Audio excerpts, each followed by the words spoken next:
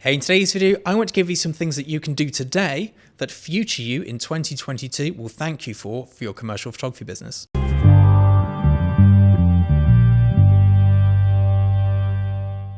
Now, having recently done a big review of your best images, having seen the file names on some of those, it's a little concerning. So the first thing you can do right now as the year is winding down before the whole new year, new me, is to create a good filing system for your images. Not just your images, but everything. Get a good filing system. Organize your cameras. Label everything. Go and buy yourself a nice label maker. Get everything organized now. Fresh hard drives for the year, whatever it may be. And then when you're busy later on next year, you won't have the stress of going, good God, I cannot find any of these files. What did I name them as? Which brings me through to my next bit, which is a CRM, which is a sort of system to store people's data. So the next thing is a CRM system. Now, everyone's always asking me, Scott, what CRM system do you use? And I use the brilliant Excel spreadsheet. My CRM is pretty straightforward. It's who they are, how I know them, what the details are. When did I last contact them? That's all I need. And then we use things like Bikini Lists and Production Paradise to send e-shots out.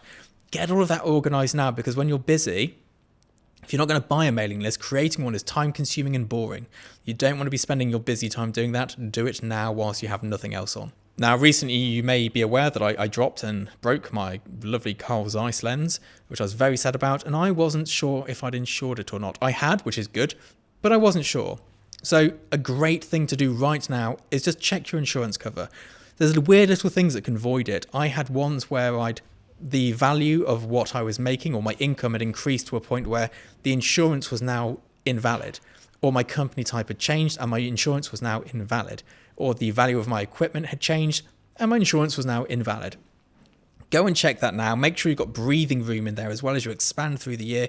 Check that if you are a professional insurance, that your camera insurance is covered whilst you are a professional, because they don't all do that. Some are only for hobbies and, that sort of thing. And there's a financial cutoff for semi-pro. So go and double check all of that and make sure you're covered for 2022. Now, another great thing which I do every year and very rarely stick to is my marketing schedule. I try and get out all of my e-cards, my e-shots, my mail, sort of chimp messages, all of the print media that goes out. I try and do that and get it organized now so that whilst I'm busy shooting, I'll be like, right, this week we need to prepare this, get it ready, send it to the following people because they're about to do their Christmas shoots in June. So we need to be getting onto them sort of May time.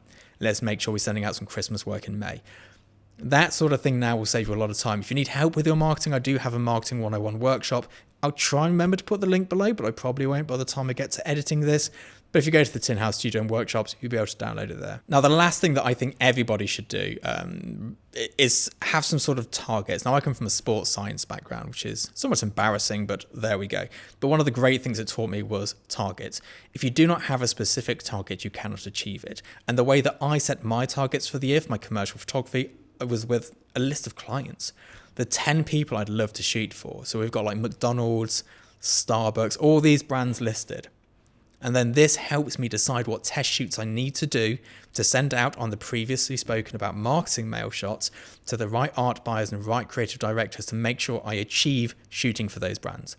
That is how I go about it. That's how I organize myself in a way that I've got direction, because a year's a long time to be, I take pictures. You need some real drive and motivation to go, right, if I'm going to shoot for McDonald's, I want to shoot this sort of campaign for them and this sort of usage.